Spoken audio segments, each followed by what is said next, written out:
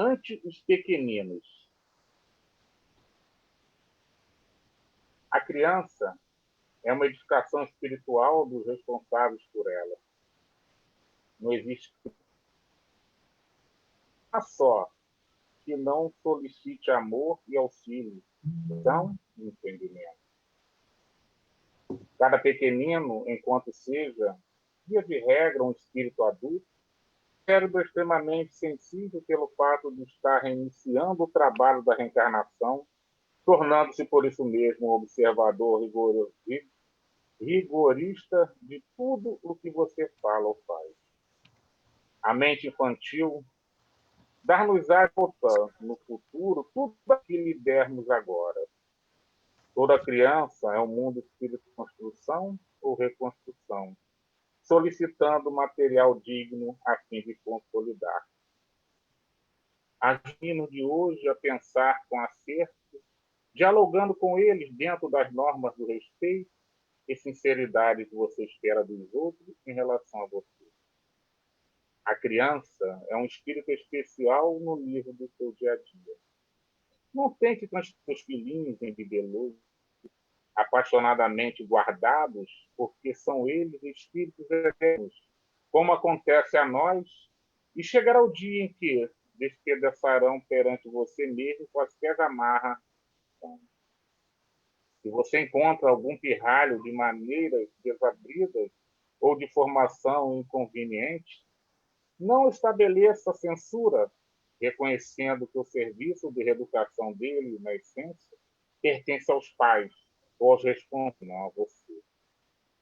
Se veio a sofrer algum prejuízo em casa por depredações de travessos, esqueça isso, refletindo no amor e na consideração que você deve aos adultos e responde por ele. Então, meus irmãos, diante dessa reflexão que André Luiz nos traz, que possamos rogar ao Pai Maior que nos abençoe e nos ilumine nesta noite, em que vamos nos alimentar desse alimento espiritual, que é o ensinamento da doutrina espírita, que nosso irmão Antônio trazia. Rogamos a proteção e o amparo dos nossos mentores espirituais, do mentor da nossa casa, doutor Adolfo Bezerra de Menezes, Jesus, nosso querido, e de Deus, nosso Pai Maior, para que tenhamos uma noite de estudo tranquila, de paz e de bom entendimento. Que nosso irmão possa estar conduzindo esse trabalho a maneira receptiva para nós entendermos esse assunto de importância. Nesse momento, pedimos para iniciarmos mais uma noite de estudo na casa do Dr. Bezerra. Que assim seja, graças a Deus. Irmão, com você agora, tá? Bom estudo para todos nós. Tá bom. Obrigado. Queridos amigos, muito boa noite. Tá? É uma felicidade nós estarmos novamente reunidos a essa casa, né? Agora, nesse momento um tanto quanto diferente, né? Especial, né? Que a pandemia está proporcionando aí o isolamento social, uma série de outras questões, mas também está nos exercitando de muitas formas. E uma delas é essa, né? De nós conseguirmos utilizar todo o potencial do nosso espírito, em que a presença física ela não é mais fundamental. O fundamental é nós estarmos reunidos através dos nossos corações, dos nossos sentimentos, dos nossos ideais. Né? Trazemos aqui o abraço fraterno dos amigos de Jesus Maria José, né? Essa casa irmã, que gosta muito de todos, nós estamos sempre juntos. Né? Estou me sentindo na Rua da Feira 768, né? Estamos todos lá, todos nós reunidos na nossa querida casa, para hoje participarmos juntos desse estudo, um estudo fantástico, né? Que estudar a doutrina espírita para a gente, estudar a vida, né? Estudar todos os nossos processos de vida. Né? E hoje, esse assunto, ele realmente é muito importante para todos nós. E é impressionante que toda vez que nós falamos da infância, né? A gente não consegue olhar para os nossos pimpolhos, né? E ver ali um espírito eterno, né? Com toda uma bagagem, com toda uma experiência, com acervos, né? Positivos e negativos. Né? A gente fica sempre naquela coisa do fofucho, do engraçadinho, né? e muitas vezes nos perdemos e não entendendo aquele momento especial no processo reencarnatório do espírito, a gente não faz a nossa parte, né? Que o estudo da noite vai, lá em determinado momento, vai mostrar isso para a gente, né? Que todos nós temos uma responsabilidade muito grande em relação a essa fase do processo reencarnatório do espírito. Tá? Assim, como introdução, a gente tem questões fundamentais para a gente, que é sempre bom a gente estar reforçando, a gente tem que ter isso muito forte, porque, na verdade, a gente, como no caso da infância, né, da gente não ver ali, né, naquele ser, no espírito eterno, com todo o seu acervo, também nós não nos vemos como espíritos eternos que somos, né? E não entendemos o nosso momento enquanto espíritos encarnados. Né? E é interessante, porque o primeiro conceito que a gente tem que ter na mente é esse, né? A nossa condição de espírito eterno, criados simples e ignorantes, né? Perfectíveis, né? Ou seja, fadados à perfeição. Esse é uma coisa que nós deveríamos, né? Ao nos levantar na manhã, quando fôssemos fazer a nossa higiene pessoal, olharmos no espelho e falar: eu sou o espírito eterno, vou agir como tal. Porque, na maioria das vezes, não acontece dessa forma. Né? Somos muito viscerais, somos muito imediatistas e não nos colocamos diante da vida exatamente como espírito. Então, é o primeiro conceito importante para a gente. Né? Nos vemos que, talvez, se tivermos isso bem forte dentro de nós e agirmos dessa forma, ao olharmos a criança, eu acho que a gente vai conseguir olhá-la de forma diferente e especial. Tá? Outro conceito importantíssimo atrelado a esse, né, que quando ele diz que nós somos espíritos eternos, fadados à perfeição, né, que é, na verdade, o objetivo do espírito é esse, né, que nós tenhamos essa, dentro do processo das reencarnações, das vidas, nós consigamos evoluir para chegarmos ao nosso grande desiderato, que é a nossa evolução espiritual, né? E para tal, necessário é, né, passarmos pela feira das reencarnações, que é essa lei, né, que Deus nos proporcionou, essa lei fantástica, universal, né? Porque todos os espíritos passam por ela, né, em todos os níveis, né, salvo naquele nível que, estudando os espíritos, a gente sabe, né, onde o espírito não tem mais necessidade de reencarnar. Mas até lá, todos reencarnam em todos os mundos. Tá? Então, é uma lei universal e importantíssima, porque somente através dela há, né, essa condição de chegarmos ao nosso grande desiderato, que é a perfeição. Tá?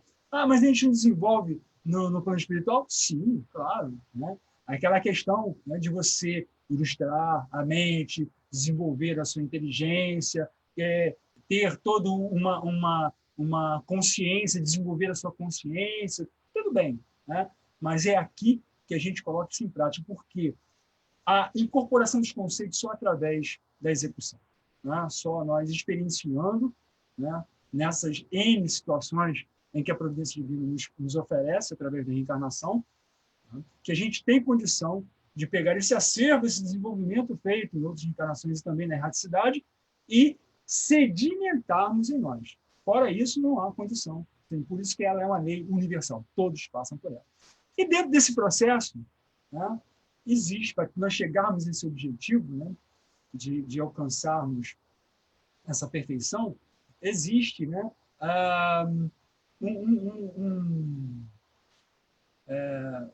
uma fase que é fundamental, né, que é a infância.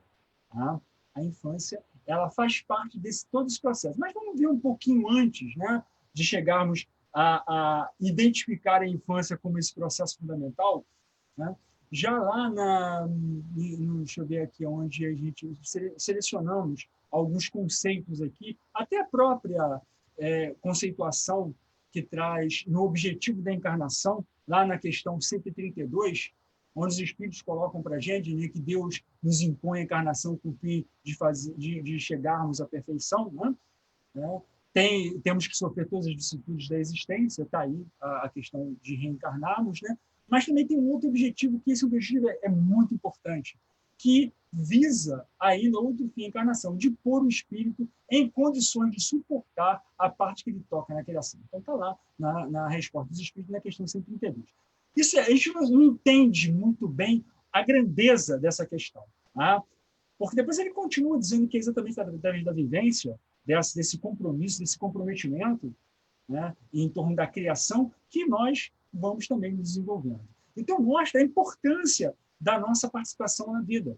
Né? Mostra que esse pouquinho que a gente faz, esse momento que a gente está aqui, do exercício da paciência que todos estão tendo comigo nesse momento, né? Ou da oportunidade de estudo, de tudo, e da vida, das nossas relações familiares, de todas as relações que a vida nos proporciona, né? Eles têm, né?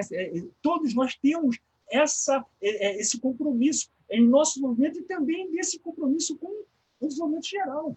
Tá? E nós temos que entender que nós somos únicos. Né? Nós somos individualidades. A nossa contribuição, ela é nossa contribuição. Não contribuindo, vai faltar.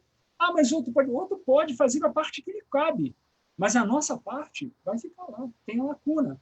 É exatamente essas lacunas que fazem com que a gente tenha, né, um desenrolar mais extenso, né, mais longo na busca da nossa renovação espiritual. Tá? Então, isso para a gente é muito importante. E a gente não entende a grandeza disso.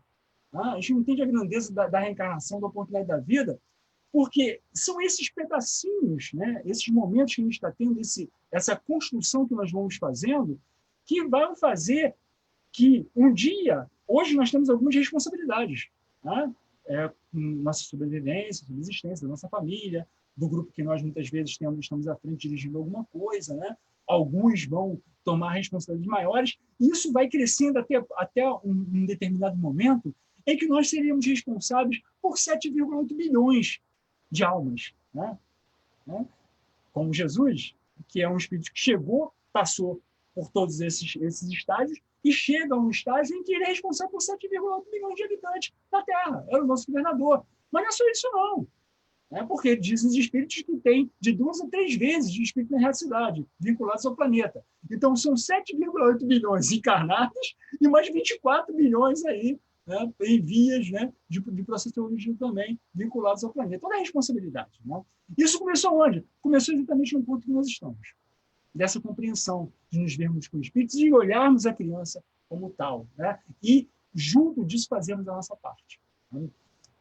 Mas aí, dentro desse processo reencarnatório, tem uma coisa fundamental, que é essa fase, é a fase de infância. Né? Então, nesse processo natural, universal de evolução do espírito, que é a reencarnação, né? Existe uma fase obrigatória e fundamental, que é a infância. Né? Nos dizem os espíritos o seguinte: em toda parte, a infância é uma transição necessária, mas não é, em toda parte, tão obtusa como no vosso mundo. É interessante essa colocação final dos espíritos, né, mostrando que ela é para todos os espíritos têm essa fase, cada um dentro do seu estágio evolutivo, mas ele dá um destaque, né, eles dão um destaque nessa condição obtusa nossa. E que não é pejorativo. Nós vamos ver no desenvolvimento do estudo da infância que não tem, é uma condição natural nossa. E, graças ao bom Deus, que ela existe. Porque é através dela, dentro do estágio que nós encontramos, que nos permite, né, angariarmos novos valores para que possamos ter elementos, parâmetros para promovermos em nós a nossa evolução espiritual. Então, essa obtusidade, né? esse estado obtuso, ele para a gente é fundamental. Mas à frente não, a gente vai modificar isso. Mas agora, graças ao bom Deus. Né? Então não tem nada de pejorativo, não vamos ficar aborrecidos e lermos essa questão lá no capítulo 4 da pluralidade de existência, reencarnação, edição 183. Tá? Não vamos ficar aborrecidos porque isso é especial para a gente, esse estado. Nós vamos ver no decorrer do nosso estudo. Entrando na lição, provavelmente, da infância, a gente vai ver que a primeira colocação que os espíritos fazem para a gente é o seguinte: os espíritos da criança, o espírito da criança pode ser tão ou mais desenvolvido do que um adulto. Logicamente, se mais progrediu. E que a sua manifestação é impedida pela imperfeição dos seus órgãos. Né? Então, é a primeira questão, é a questão 379, essa é a resposta que o Espírito nos dá, porque Kardec questiona. Né? Essa questão da condição de infância, né? Aquele estágio ainda tão inicial, se o Espírito tem a mesma condição, tá? Que também está naquele processo de evolução ali junto. Tá?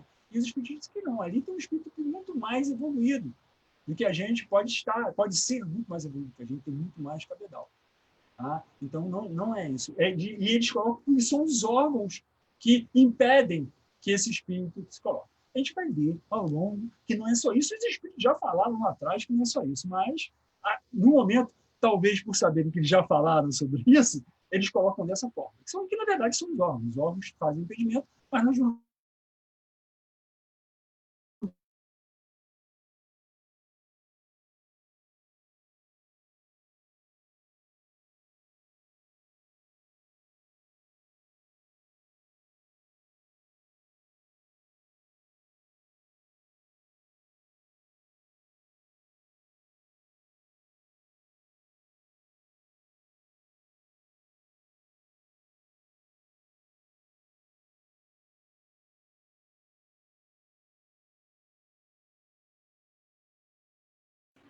Vamos lá. Abriu agora.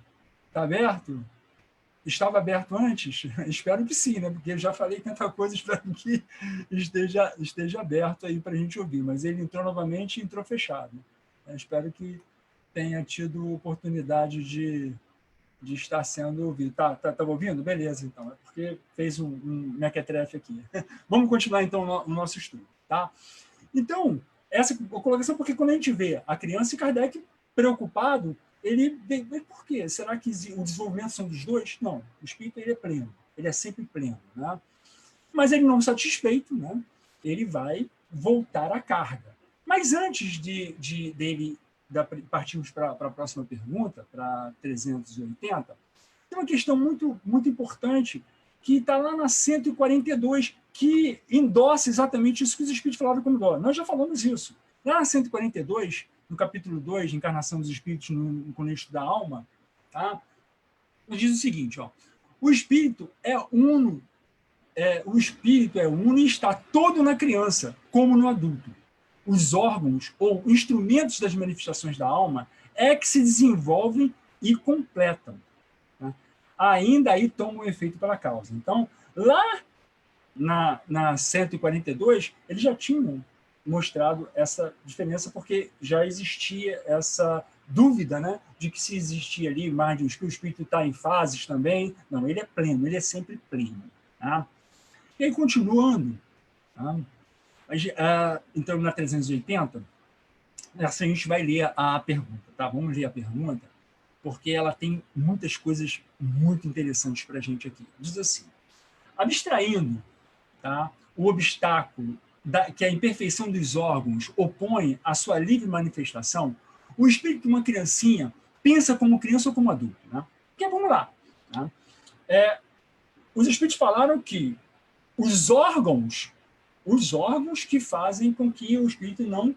O desenvolvimento dos órgãos faz com que o espírito não consiga se manifestar plenamente. Né? Ficou claro na 379. Tá? E aí Kardec, mas não é só isso, né? Mas ele faz a pergunta, tá bom, vamos retirar o obstáculo da imperfeição dos órgãos. Né? Abstraindo, ou seja, retirando isso, tá?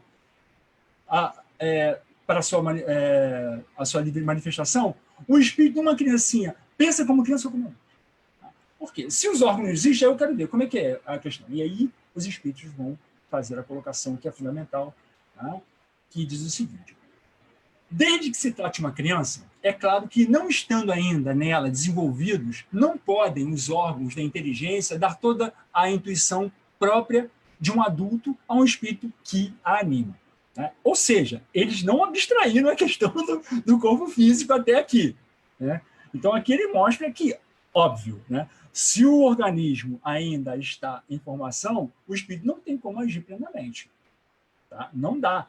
Então, eles não têm como abstrair isso. É como ele estivesse falando educadamente. Não dá para abstrair. Tá? E continuam. Este, pois, tem efetivamente limitada a inteligência, enquanto a idade lhe não amadurece a razão. Quando ele coloca essa questão, a razão já não é mais relação do corpo físico. Tá? Razão está ligada ao espírito. Né? Então, os espíritos já fazem essa colocação. E, em seguida, eles colocam a expressão fundamental. Ele diz assim, A perturbação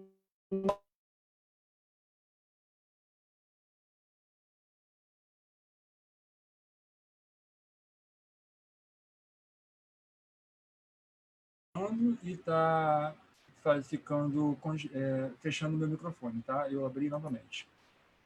Tá toda hora entrando aqui, eu não sei o que fazer. Tá? E aí também fica difícil porque eu preciso de abrir o meu texto aqui. Cadê o meu texto aqui? Vamos lá. Vamos lá. Então, eles colocam logo em seguida, tá, para a gente a palavra-chave, né, que é a perturbação. Mostra que primeiro eles falam do amadurecimento da razão, ou seja, com o espírito amadurecido, quando ele estiver mais pleno, né, ele vai estar com mais liberdade de pensar. Como se estivesse falando isso. Mas eles colocam a perturbação que o ato da encarnação produz no espírito não cessa de súbito, por ocasião do nascimento. Só gradualmente se dissipa com o desenvolvimento dos órgãos. Tá? Então, o que eles colocam nessa questão? Não fizeram abstração, porque não é possível fazer abstração, tá? Ou seja, a redução dos órgãos está diretamente ligado com essa perturbação, né, que o espírito, que é produzida, né, junto à união do espírito ao corpo físico, e depois, mais à frente, a gente vai ver por que essa perturbação. Mas, para reforçar essa questão, vários itens anteriores nos alertaram, nos ensinaram já isso, ou seja, nos alertaram sobre isso. Os espíritos vieram já falando disso em outras questões, nesse mesmo capítulo, inclusive. Tá? A gente vai resgatar agora. Mas, antes disso, fechando a 380, Kardec ele conclui isso, né? Ele diz assim: há um fato de observação que apoia essa resposta. Os sonhos de uma criança não apresentam o caráter de um adulto. Quase sempre, o pueril é o objeto dos sonhos infantis, o que indica que a natureza, né, que natureza são as preocupações do respectivo espírito. Então, mostra que a redução, a formação do corpo físico, e essa perturbação, né, faz com que o espírito emancipado, fora do corpo, né, em sono, né, no sonho, ele tenha o comportamento de criança. Então, isso ele exemplifica isso para a gente. Tá? Mas, voltando em algumas questões, né, a gente vai ver que os espíritos colocaram isso muito forte. Isso vai dar ideia também para a gente entender essa perturbação. Né? Que perturbação seria essa? A gente podia já dizer qual é, mas vamos levar um pouquinho mais para frente. Né? Vamos ver aí o que os espíritos dizem para a gente. Né? Então, no momento de encarnar, o espírito sofre perturbação. Né? E muito maior e, sobretudo, mais longa do que o desencarnar pela morte. O espírito sai, na morte, o espírito sai da escravidão. Pelo nascimento, ele entra nela. Isso é uma resposta à pergunta 399, tá? Desse mesmo capítulo. Tá? Lá no período de volta. Tá? Na 344, também tem uma informação bastante interessante que os espíritos colocam para a gente em relação a isso. Olha só. No momento da união da alma ao corpo, começa a união, o momento da união da alma ao corpo começa na concepção. Então, na hora que junta os elementos físicos do homem e da mulher, né, na formação do corpo, ali começa, né, o processo. Mas só é completa por ocasião do nascimento. Então, a encarnação provavelmente dita só quando a criança nasce. Desde o instante da concepção, o espírito designado para habitar certo corpo a este liga por um laço fluídico, que cada vez mais se vai apertando até o instante em que a criança vê a luz. Então, é esse processo. Aí está o processo, né, que ele fala da perturbação. A gente vai ver exatamente como esse processo acontece mais na frente. Vamos continuar com todas as informações que os espíritos já nos deram. Vamos agora para 351, que diz lá, o ensinamento é o seguinte: ó, na gestação, o espírito goza mais ou menos das suas faculdades, conforme o ponto em que se ache dessa fase, porquanto ainda não está encarnado, apenas ligado.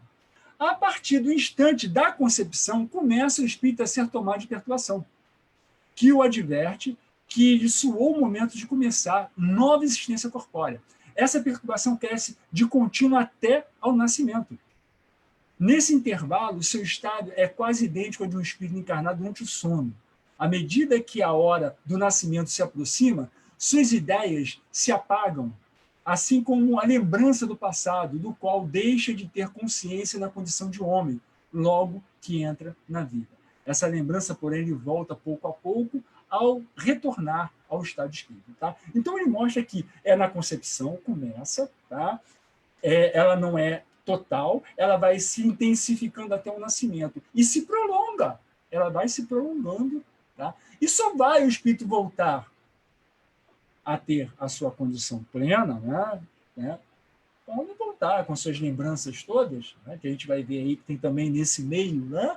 Existe, e essa perturbação também está ligada à questão do esquecimento do passado, mas é um ponto que a gente vai estudar lá na frente, né? Ainda é o segundo, tem mais um assunto que vai ser abordado, e esse é o último assunto abordado nesse capítulo, né? Então, isso está mais lá na frente. Mas também compromete e contribui para essa perturbação também, né? Também, não só ele, também. Tá? Então, a gente vê aí que é todo esse processo de ligação, né, desse corpo que está sendo formado e com esse espírito, que esse processo de perturbação é feito. Na 352, ele continua mostrando isso para a gente. Olha, imediatamente ao nascer, o espírito não recobra a plenitude de suas faculdades. Elas se desenvolvem gradualmente com os órgãos. Então, mostra que existe um processo, esse processo de perturbação é um processo, né, em que ele também vai ser desenvolvido, ou seja, vai voltar à sua forma natural, na medida em que esse corpo se desenvolve. Tá? Então, o espírito se acha numa existência nova, preciso é que aprenda a serviço dos instrumentos que dispõe, as ideias que lhe voltam pouco a pouco, como uma pessoa que desperta e se vê em situação diversa da que ocupava na véspera. Esse processo, esse que é o processo fantástico da encarnação, né? Que um recomeço. Ou seja, aquele espírito que a gente viu lá no início, que pode ser muito mais desenvolvido que a gente, ou não, e pode ter muitos acervos, negativos ou positivos, é nesse processo, é nessa fase, que ele tem a possibilidade, nesse estágio, né, dessa perturbaçãozinha, né, e de uma condição de esquecimento do passado, em que ele vai, como ele tivesse zerado, como ele estivesse começando novamente. É um novo começo. Né? Tanto que os espíritos vão dizer, que a gente vai ver mais na frente, que esse período é um período de descanso. Né? É um período de descanso do espírito, tanto da gestação até o início da encarnação. Né? O espírito está ali descansando de todo o seu acervo do passado, né? Principalmente nós, vinculados ao mundo de provas e expiações. Né? Então, provavelmente, para a gente é um repouso mesmo. Né? Talvez para um espírito evoluído não precise desse repouso. Não tem esse repouso, na verdade. Né? Tem para a gente, né? Por causa daquele início lá de sermos tão obtusos. Né?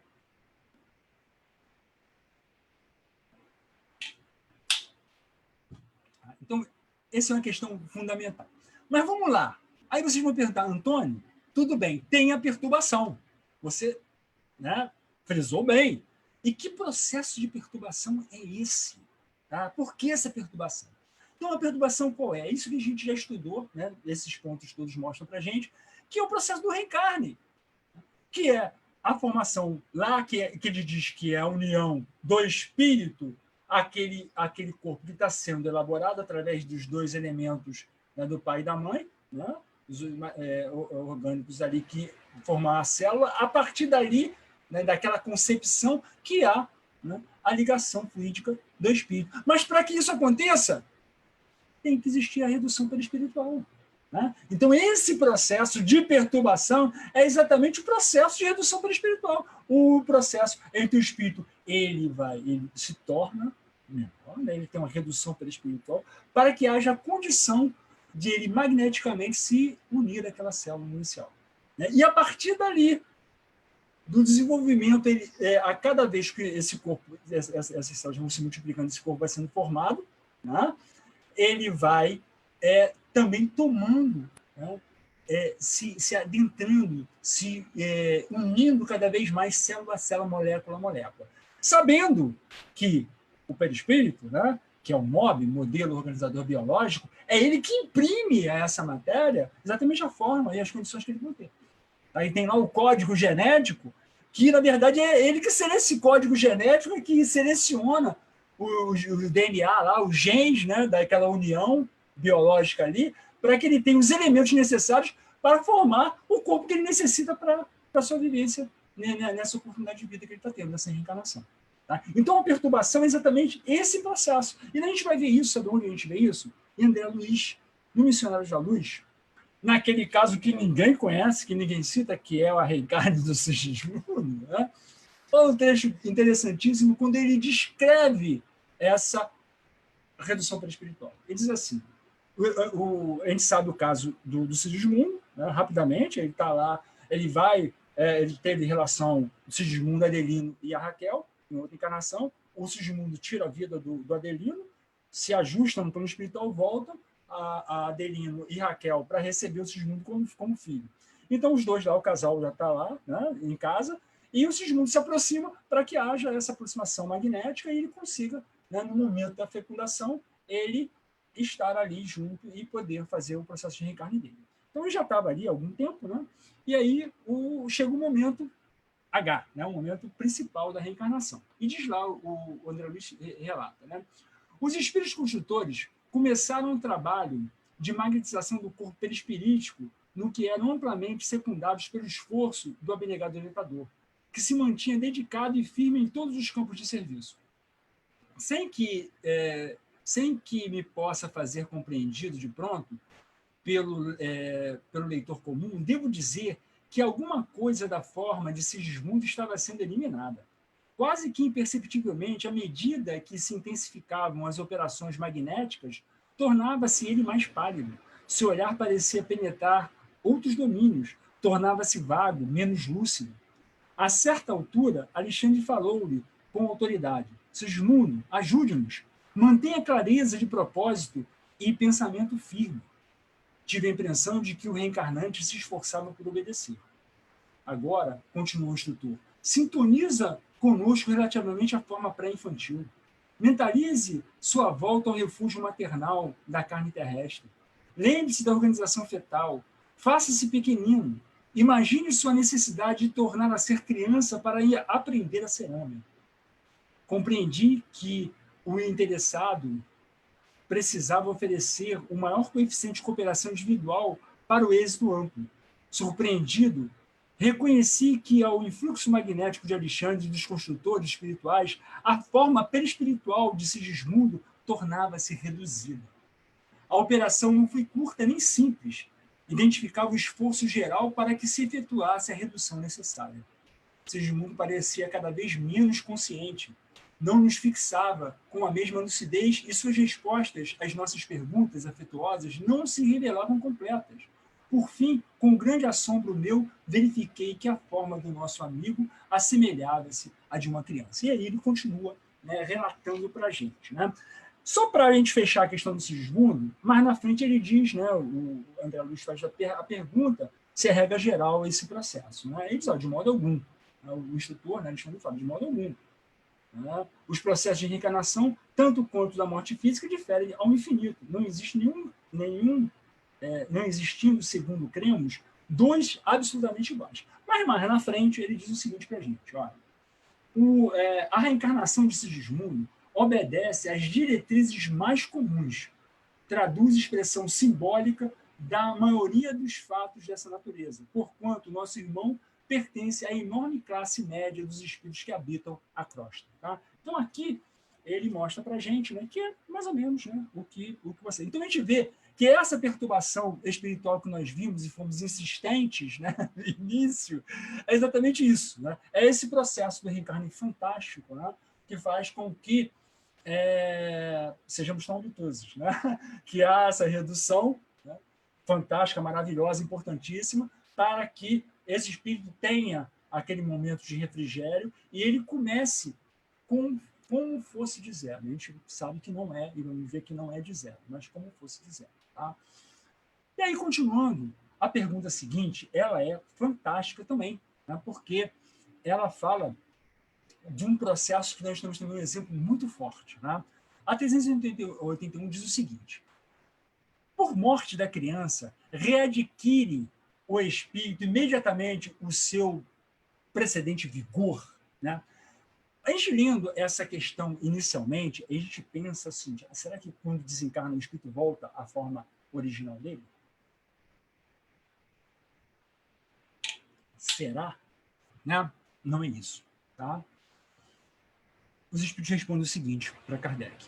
Ó, assim tem que ser. Ou seja, volta o seu vigor. Né? Então ele volta. Assim tem que ser. Pois que se vê desmembrado desembaraçado de seu invólucro corporal. Entretanto, não readquire a anterior lucidez, senão quando se tenha completamente separado daquele envoltório, isto é, quando mais nenhum laço existe entre ele e o corpo. Fantástico. Fantástico, né? O que está dizendo para a gente? O vigor, sim. Vamos lá, imaginar. Né? A criança está ali, doente e tal, a doença do corpo, né? Desencarna, quando a criança, o espírito, se desembaraça do corpo físico, obviamente que volta o vigor. Ele começa a interagir novamente. Porque ele não está mais preso àquele corpo doente. Entre aspas. Né? Porque a gente vai ver o que ele fala em seguida aqui. A gente parou, né? E ele vai complementar essa questão para a gente aqui. Tá? Então, ele se desembaraçou, volta a relação. Volta a relação como criança, tá? Mas volta no seu vigor. Mas lucidez não. Porque essa lucidez depende se ele se desvencilhou realmente e totalmente do seu envoltório físico. É por isso que ele volta. Entretanto, não readquire a anterior lucidez, senão quando se tem o comportamento separado. Porque é a condição de, muitas vezes, o espírito não se desvencilhar. Voltando lá no que a gente viu anteriormente, analisando a criança como um espírito eterno, com uma série de acervos, e que traz essa bagagem, tá? Quando desencarna, ele reencarnou e desencarnou, a bagagem continua. Tanto quanto quando ele estava na fase, né, nessa fase infantil, né, quando ele desencarna. Ele, espírito, continua com o mesmo acervo. As suas angústias, os seus compromissos, né, a sua consciência, apesar de que ela ainda, né, tendo um processo mais nebuloso, e nem tanto nessa fase, porque a gente sabe que o esquecimento do passado ele é mais intenso, né? E acontece quando encarnado. Quando o espírito desencarna, ele tem mais lucidez, tá? Mas mesmo assim ele coloca aqui para a gente que para que haja essa lucidez, ele tem que estar desvencilhado daquelas amarras, né? Daquele processo que ele tinha, muitas vezes umas doenças difíceis, doença kármica. O espírito desencarna porque ele tinha dívidas, muitas dívidas desencarnam por uma questão, tá? Séria, moral, né? Que o levou a ter aquele tipo de desencarne e precisa de um tempinho. Não é assim, não.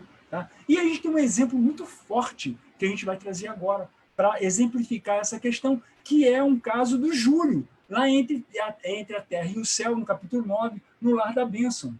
Tá? Capítulo 9, Lar da Bênção, e continuando no capítulo 10, que mostra exatamente isso para a gente. Mostra lá qual é o caso do Júlio. Né? A gente sabe o que aconteceu, né, nesse livro, né? Que ele relata um grupo de espíritos que tiveram relação lá na época da Guerra do Paraguai, né? Muitos deles, e ele tem um foco inicial do livro, é uma prece retratada, onde a Eulina, uma menina de 15 anos, né, que faz a prece para a mãe ajudar a madrasta que estava doente. Mas mal sabia ela que a madrasta, que era Odila, que era obsessora e que estava fazendo mal à madrasta dela, por ciúme do marido, né, que era o Amaro. Tá? E também, por quê? Porque a Zumira, que é a madrasta, né, também ela foi, de certa forma, participante do desencarne do filho caçula, porque o Amaro tem 2 filhos, tem a Eulina e tem o Júlio. Tá? E o Júlio desencarna, morreu afogado. Tá? E a Zumira tem um certo comprometimento, porque ela vê e ele fazendo determinada coisa e deixa rolar. E ele desencarna. Tá? Mas na frente a gente vai ver lá, vou dar o spoiler para quem não leu, né?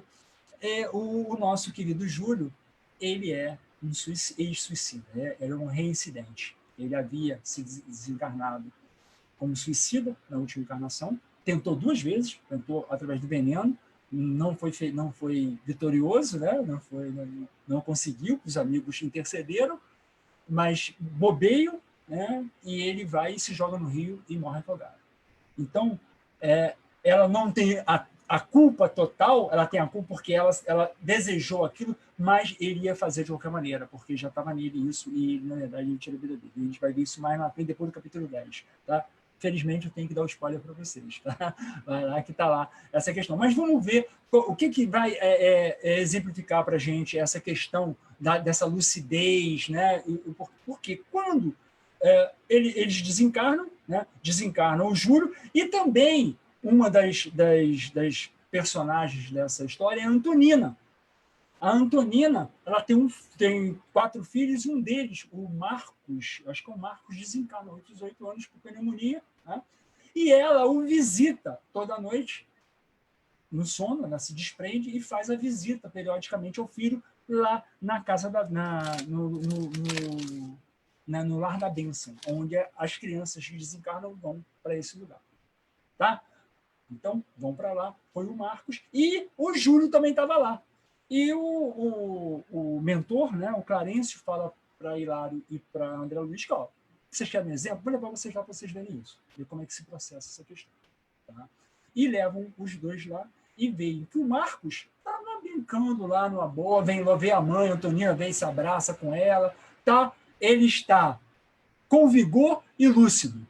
Ele não tem mais relação nenhuma com o corpo físico dele. Ele está totalmente tranquilo, fazendo o processo que ele precisa, na elasticidade, retornar ao seu processo adulto. Então, ele precisa também lá ter um tempo que, segundo os espíritos, não é o mesmo tempo que a gente leva aqui na Terra, mas ele precisa de um tempo para retornar à sua fase adulta. Muitos deles reencarnam até nessa mesma fase, que é o caso do Júlio. O Júlio não está junto das crianças, está num lugar diferenciado, né, com uma série de problemas, e eles vão lá ver e sabem por isso. Por quê? Ele não tem essa lucidez, porque ele está preso aos seus problemas do passado, né, que é 2 vezes cometendo suicídio. Nem na fase infantil, com esquecimento do passado, né, com toda a lei de conservação, com tudo em cima deles, ele a si mesmo não fez. Né? Então, você vê que acho que isso esclarece bem para a gente essa questão do porquê que eles dizem que pode o vigor sim, mas a lucidez depende. Tá?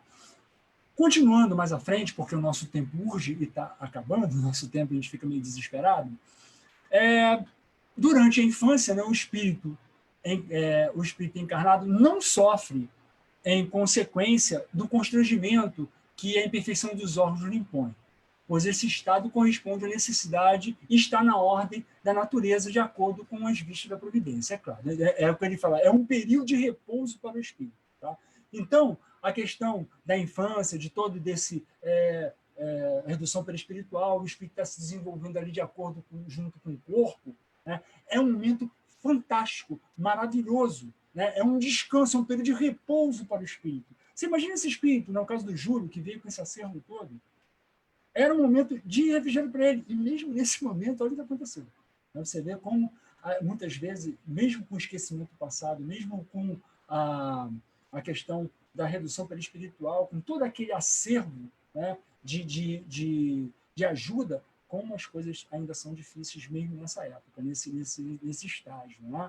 Mas não é um estágio de constrangimento, é um estágio natural. Né? Como a gente viu lá na frente, né, lá no início, ele faz parte, é um processo de universal. Todo.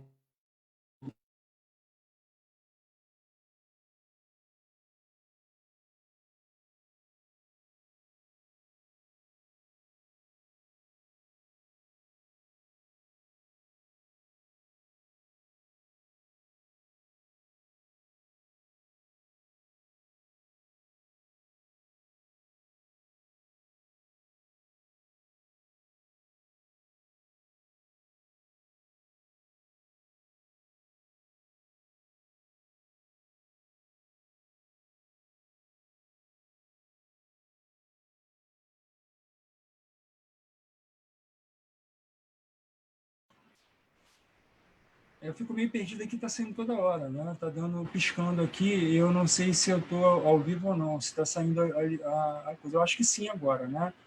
Andou saindo aqui, eu não sei se eu estou 2 vezes, uma vez. Tá tudo bem? Tá, então vamos continuar, tá? E tá dando uns piripacos aqui que eu realmente não estou sabendo lidar. Mas vamos lá, tá? Voltando, então, essa questão não é um constrangimento, é um momento muito importante para a gente. E na 383, tá? Os espíritos perguntam qual para este, né, para o espírito, a utilidade de passar pelo estado de infância. Fantástico, né? É um momento propício, esse que é quase uma questão fundamental, né, para a gente entender a questão dessa fase da infância. Né? Os espíritos respondem: encarnado com o objetivo de se aperfeiçoar, o espírito, durante esse período, é mais acessível às impressões que recebe, capaz de auxiliar no adiantamento para o que devem contribuir os incumbidos para educar. Então, tem 2 questões fantásticas aí. Né? Primeiro, a questão de ser um momento propício para que o espírito possa, ou seja, com a redução perispiritual, com o esquecimento do passado, ele naquela fase, né, de como fosse reiniciando de zero, entre aspas, né, ele está propício a quê? A receber todo um acervo de conhecimentos, todo elementos para que ele tenha parâmetros, para que ele tenha condições de, quando ele voltar à sua condição, né, mais plena, entre aspas, que não vai ter plena, mas saindo da infância e retornando, pelo menos, aos elementos que a providência divina oferece para o seu processo evolutivo, para a reencarnação, que são as tendências instintivas e a questão da consciência, né, os elementos de consciência dele, né, e com ajuda, né, secundado pelos espíritos, né, que na verdade não são 2 itens, né, que a gente tem as tendências instintivas, que é a reminiscência do passado, né, e temos a voz da consciência, né, que é dada ao espírito, tem lá o esquecimento do passado, mas temos esses 2 elementos. Mas temos um terceiro elemento, que é a questão, né, de nos darmos também a assessoria da espiritualidade. Então, a gente tem tudo isso para que, antes, né, na infância, para que quando isso surja, a gente tenha elementos, parâmetros para a gente poder fazer, como dizia Paulo de Tarso, o nosso bom combate. Né? A gente vai ter elementos suficientes para que a gente possa saber o que é certo e o que é errado, fazer as nossas escolhas, utilizar o nosso livre-arbítrio de forma mais efetiva, mais produtiva e mais reta, né? Dentro dos princípios morais. Tá? E quem é que faz isso?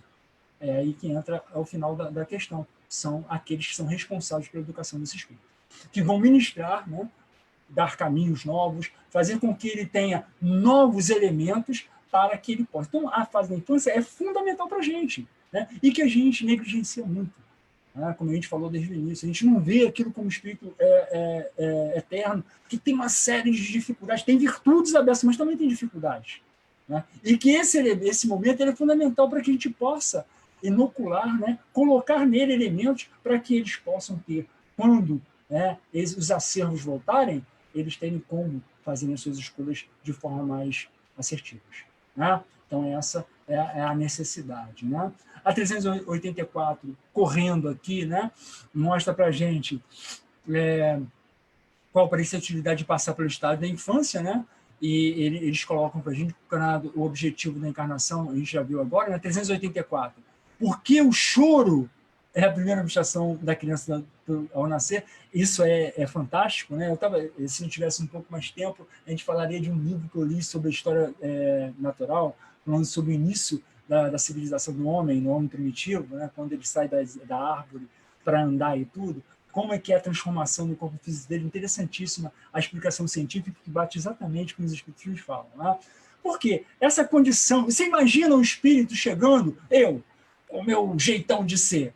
Eu falei, pelo amor de Deus, não aguento ser essa criança insuportável, não dá para aturar. Né?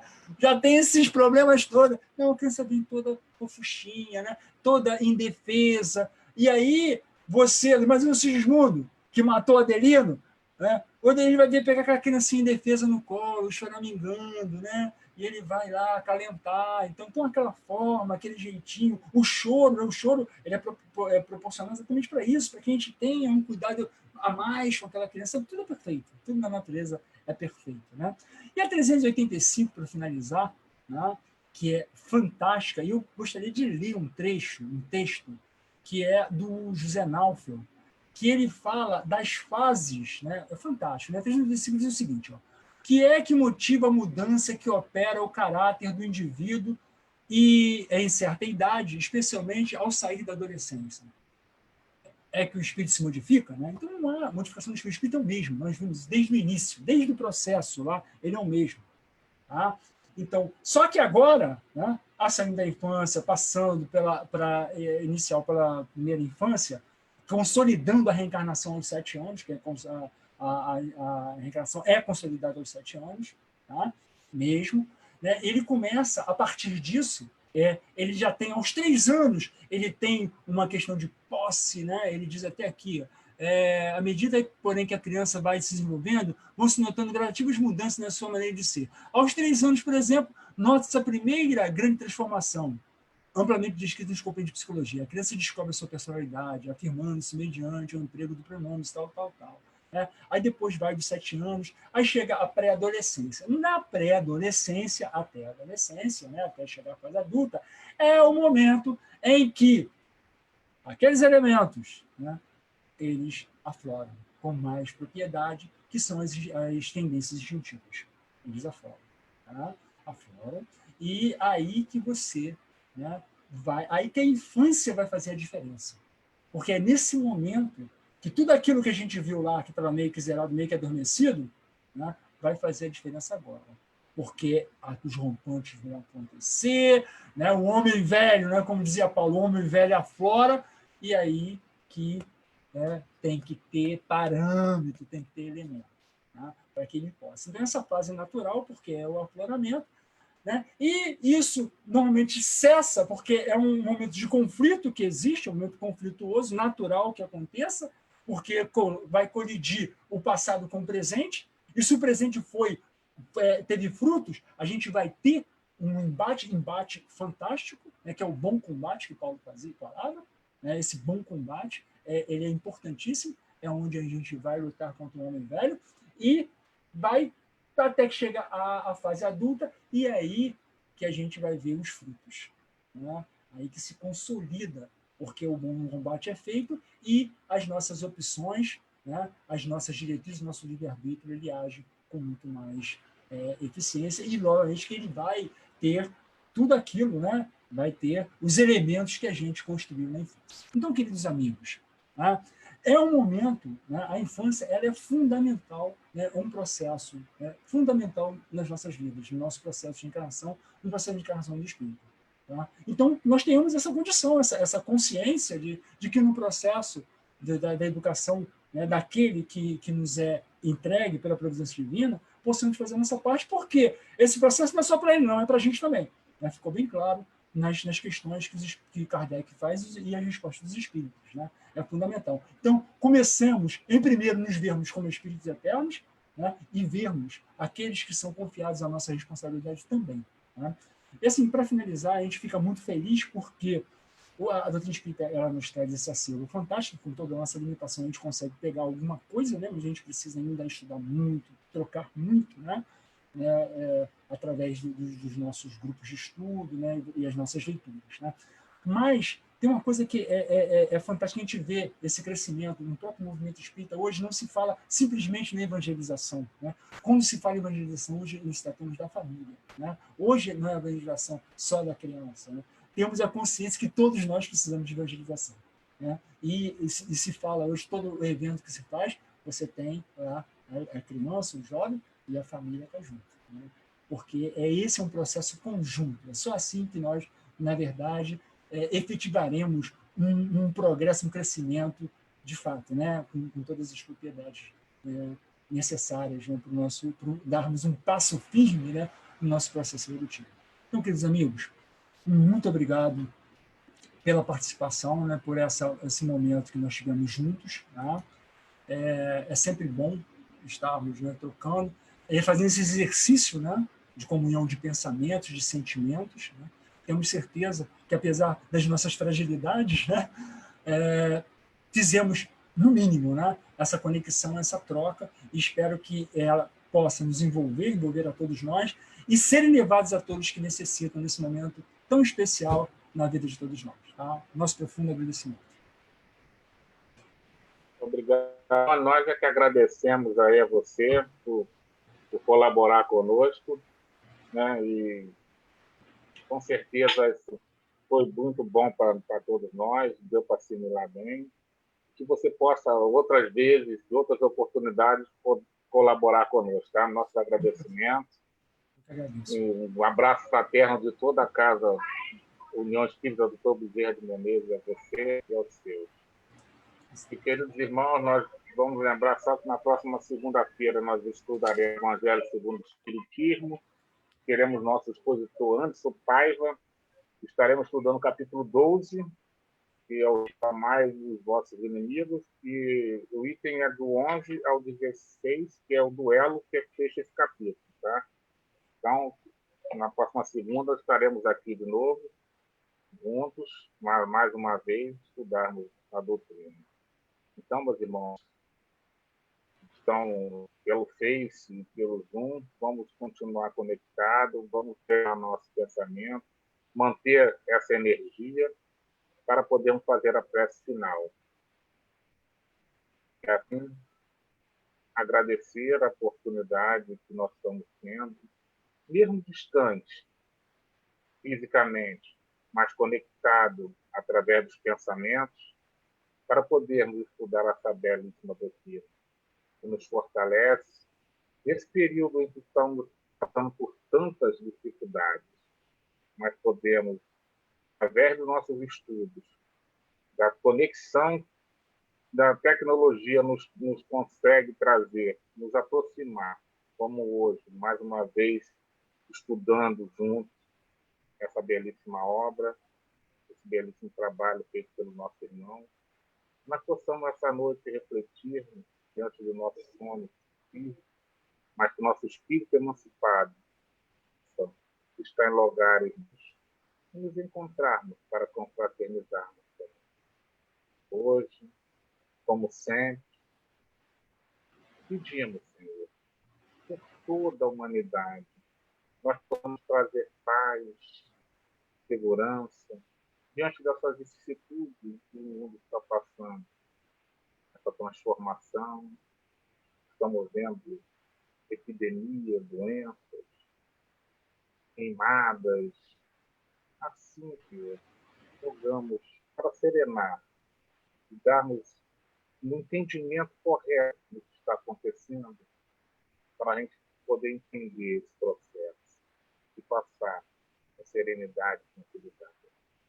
Rogamos também por todos os irmãos que nesse momento se encontram no leito do hospital, independente da patologia na qual estão enfermos, mas que todos possam ter suavizado suas dores, suas dores. Olhar, Senhor, também para aquelas pessoas que nesse momento se encontram lá, morando nas ruas, desamparados, que possa ter o conforto da espiritualidade e seguir adiante nesta jornada. E a nós, Senhor, nos fortaleçamos na fé para seguirmos adiante esse caminho. Que a sua luz nos envolva, Senhor, para guiar uma senda escura que nos aproxima, iluminando nossos passos. Pedimos, Senhor, a missão para darmos por finalizado mais uma noite de estudo na casa do Senhor. Que assim seja, graças a Deus.